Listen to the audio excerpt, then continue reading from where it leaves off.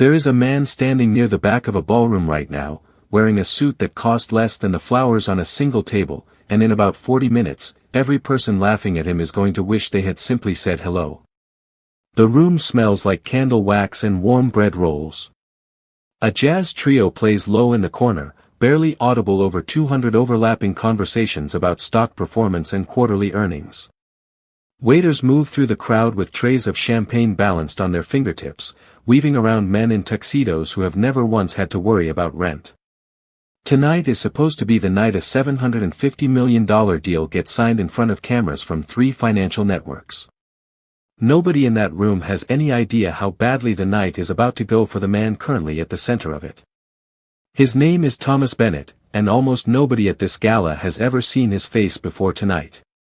He is 38 years old, a private investor who quietly built one of the most successful holding companies in the country without ever giving a single television interview. Financial reporters have written entire columns speculating about who he really is, whether he even attends his own board meetings, whether the rumors about his reclusive habits are exaggerated or true. Tonight, for reasons his own legal team argued against for nearly 2 hours, he decided to walk into this room without an introduction, without a driver, and without a single person present who could vouch for who he actually was. He wanted to see something that no financial report could ever show him. 3 weeks before the gala, Thomas sat across from his longtime attorney, a sharp, steady woman named Diane Whitmore, reviewing a folder she had assembled after months of quiet digging.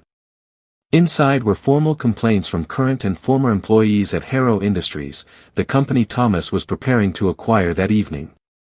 A warehouse supervisor forced out after reporting safety violations. An assistant blamed publicly for an error that wasn't hers. Overtime pay buried under technicalities nobody outside the legal department could easily untangle. Thomas read through the folder twice before speaking. Numbers on a spreadsheet can be adjusted before an audit, he finally said. I want to know what happens in a room where nobody thinks anyone important is watching. That single sentence became the reason Thomas stood alone near a marble column that night, dressed plainly, holding nothing but a phone he occasionally typed into. He told his security team to stay outside, told his assistant to stay home, and told himself that whatever he saw tonight would tell him more about Harrow Industries than every financial statement combined. A young server named Grace Adler noticed him almost immediately, the way people who work rooms like this learn to notice things others miss. Grace was 23, saving for community college tuition, and something about the quiet man near the column struck her as different from the executives who usually filled these halls. He wasn't posturing. He wasn't performing. He was simply watching. Harrow Industries was led by a man named Gregory Halston, 44 years old, charming in the effortless way men become when nobody has told them no in a very long time. Gregory had spent a decade turning a mid-sized shipping company into a 9-figure enterprise, and tonight, standing near the stage with his wife on his arm, he believed he was about to close the biggest deal of his career. His wife, Vanessa Halston, moved through the crowd greeting guests with the practiced warmth of someone who had spent years learning exactly which smile belonged to which person. Vanessa believed, quietly but firmly, that a person's importance could be read instantly from the way they dressed and carried themselves. Tonight would prove her spectacularly wrong. Before we dive deeper, let us know in the comments where you're watching from, we'd love to hear from you. And if you're new here, click on the subscribe button so you never miss any of our upcoming videos. Thomas moved through the early part of the evening almost invisibly. A security supervisor named Raymond Osei approached him politely near the entrance and asked to see his invitation. Thomas showed it without complaint, and Raymond thanked him, apologized for the interruption, and moved on to the next guest with the exact same professionalism. It was a brief, forgettable moment to everyone except Thomas, who noted quietly that at least one person in this building still treated a stranger like a person first. Later, Grace crossed his path again, offering him water instead of champagne after noticing he hadn't taken a drink all evening. Thomas thanked her and asked, almost in passing, what she was studying. Grace mentioned business administration, said she wanted to run something of her own one day. Thomas simply nodded and told her that sounded like a plan worth chasing.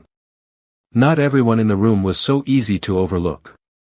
An older board member named Walter Pruitt kept glancing toward Thomas from his seat near the stage, his expression shifting slowly from curiosity into something closer to concern.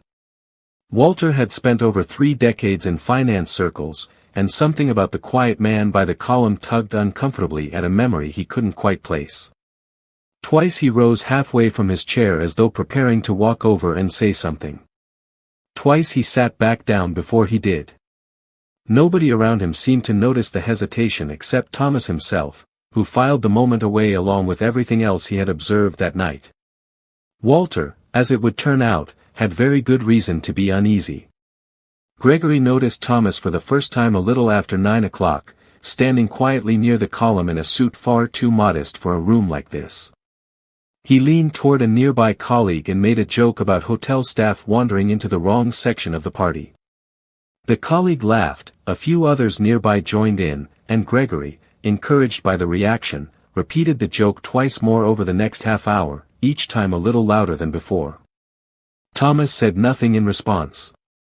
He simply reached for his phone and typed a short note, the same way he had done more than a dozen times already that evening, quietly documenting exactly what kind of culture existed inside a company that presented itself so carefully to the outside world. By 9:30, one young associate, visibly uncomfortable with the direction the jokes had taken, quietly apologized to Thomas under his breath and told him not to take any of it personally. Thomas thanked him and said there was nothing for him to apologize for.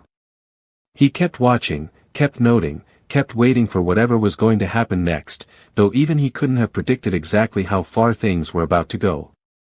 Around him, executives continued their conversations, entirely unaware that the quiet man they had spent the last hour mocking held more influence over their company's future than anyone else standing in that ballroom.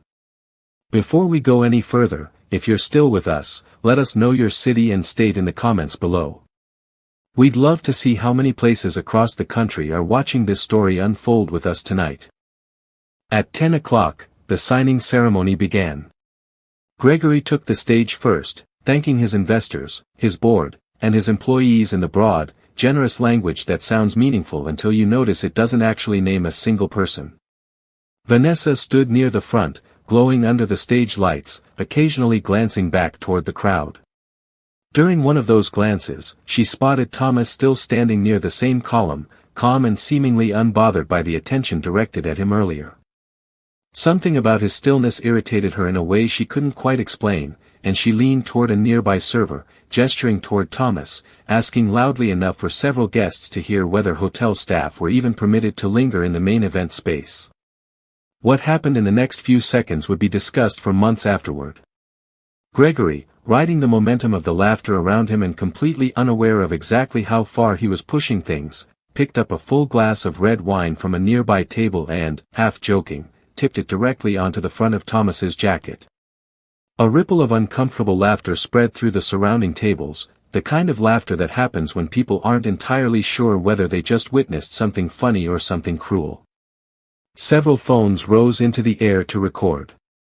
Thomas stood perfectly still as the wine soaked into his shirt, looked down at the stain spreading slowly across his chest, and said absolutely nothing for several long seconds. Grace, standing nearby with an empty tray in her hands, felt her stomach drop. She turned to another server and whispered that she didn't think the man was actually hotel staff, that something about him simply didn't fit that explanation. Nobody around her was paying close enough attention to care. Thomas reached calmly for a napkin from the nearest table, wiped the front of his jacket as best he could, and looked around the ballroom one final time, taking in every laughing face and every uncomfortable glance in equal measure.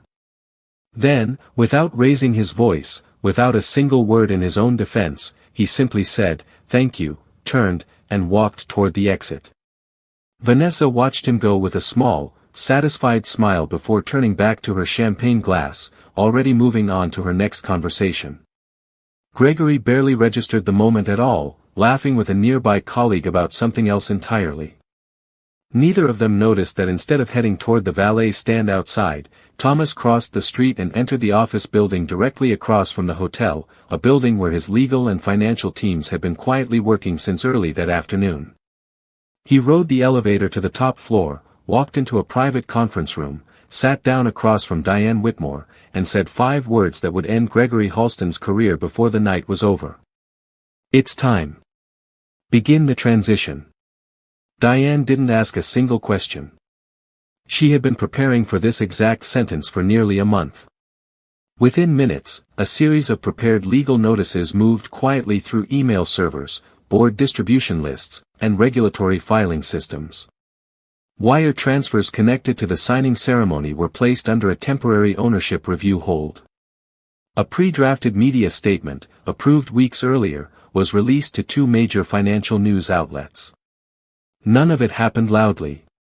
It happened the way real consequences usually happen, through paperwork, timestamps, and signatures, while the people it affected were still upstairs enjoying champagne, completely unaware that the ground beneath their feet had already shifted.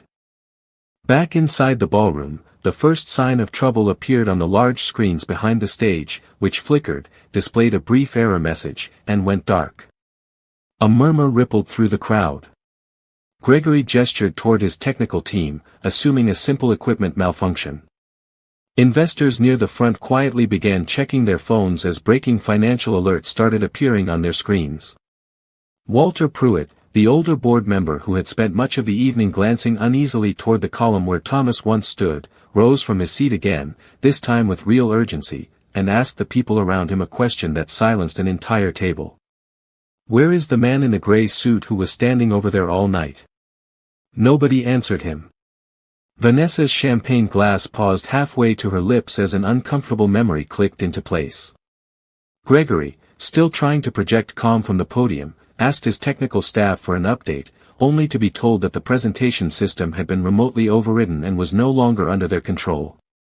Walter, visibly shaken, refused to explain what he suspected, instead insisting that everyone simply turn toward the stage.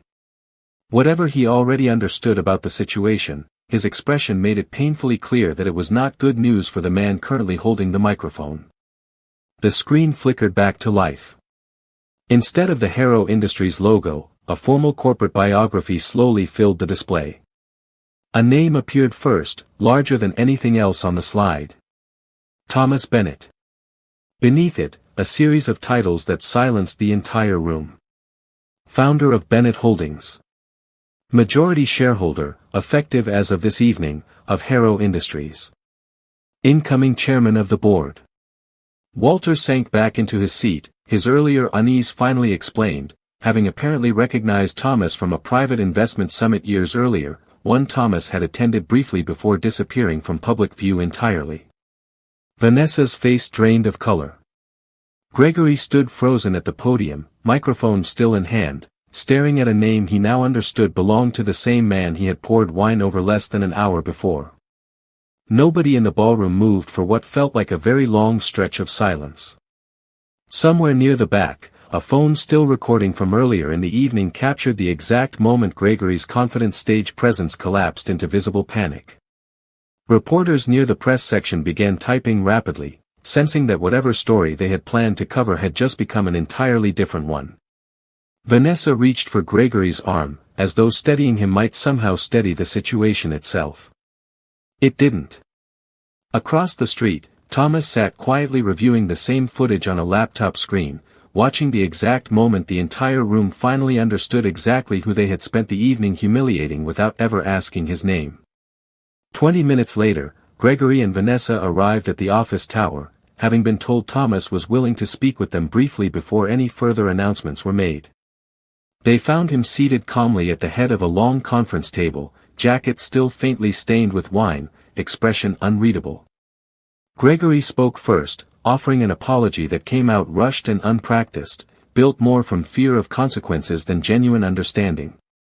Vanessa followed with her own version, insisting she never meant any real harm, that it had simply been a joke that got out of hand. Thomas listened to both of them fully without interrupting, then finally spoke in a voice that remained steady from beginning to end. "Tonight was never really about signing a contract," Thomas said, folding his hands on the table in front of him. "I read through complaints from your own employees for weeks before deciding to come here myself. I wanted to see whether the way your company describes respect in its annual reports matches the way people actually get treated when nobody important is supposed to be watching. Tonight answered that question before a single signature was ever needed. Gregory opened his mouth to respond, then closed it again, unable to find words that could undo what had already happened. Vanessa said nothing at all, staring instead at the table, the full weight of the evening finally beginning to settle over her. The following morning, before markets opened, a brief statement confirmed that the Bennett Holdings acquisition of Harrow Industries would proceed as planned, but under entirely new executive leadership. Gregory Halston was formally removed as CEO, effective immediately, with the board citing conduct concerns raised during an internal culture review. Vanessa's name began appearing across social media within hours, attached to video clips recorded the night before, clips that spread far beyond anything either of them could have anticipated. Financial journalists who had planned to cover a routine acquisition instead found themselves covering what several outlets began quietly calling one of the most humiliating executive downfalls of the year. 3 weeks later, Thomas returned to Harrow Industries headquarters, this time under his own name, greeted not with fear but with cautious curiosity from employees who had heard fragments of the story and weren't entirely sure what to expect from the man now shaping their company's future. He held an all-staff meeting, addressing employees directly, many of whom had never once been spoken to personally by senior leadership in the company's entire history. He announced a formal ethics review process, an anonymous reporting system with genuine oversight, and a leadership development program open to any employee willing to apply, regardless of their current title or department. Grace Adler received a personal invitation to that leadership program 2 weeks later, something she initially assumed was a mistake until a formal letter confirmed otherwise. Raymond Osei, the security supervisor who had simply done his job with quiet professionalism that night, was recognized publicly in front of the entire company and later promoted into a newly created role overseeing security operations for all company events. Walter Pruitt quietly stepped down from the board not long afterward, privately admitting to Thomas that he wished he had spoken up sooner about what he suspected that night rather than waiting for the truth to reveal itself on its own terms. 6 months later, Harrow Industries hosted another gala, in the very same ballroom where the original incident had unfolded. This time, Thomas walked through the front doors under his own name, and as he crossed the room, employee after employee rose quietly to greet him, not out of obligation or fear, but out of something that had slowly grown into genuine respect over the months in between. Gregory Halston was not present. His name rarely came up anymore, mentioned only in passing whenever new hires were introduced to the company's updated code of conduct. Vanessa had largely disappeared from public life entirely, her once carefully maintained image never fully recovering from that single, filmed night in the spotlight. Power doesn't reveal character. It simply exposes whatever character was already there long before anyone thought to look closely. The real measure of a person isn't how they treat the people who can help their career or protect their reputation. It's how they treat the people they assume can never do anything for them at all, the server refilling their glass, the guard checking names at the door, the quiet stranger standing alone with no introduction and no name tag. Because sometimes, the person you dismiss without a second thought already holds more influence over your future than anyone else standing in the room, and by the time you realize it, it may already be far too late to take back what you said or who you chose to become in that single unguarded moment. What would you have done if you had witnessed someone being humiliated that night? Would you have spoken up, or stayed silent like almost everyone else in that room? Let us know in the comments, we read as many of them as we possibly can. If this story kept you thinking, you'll want to see the next one waiting on your screen right now.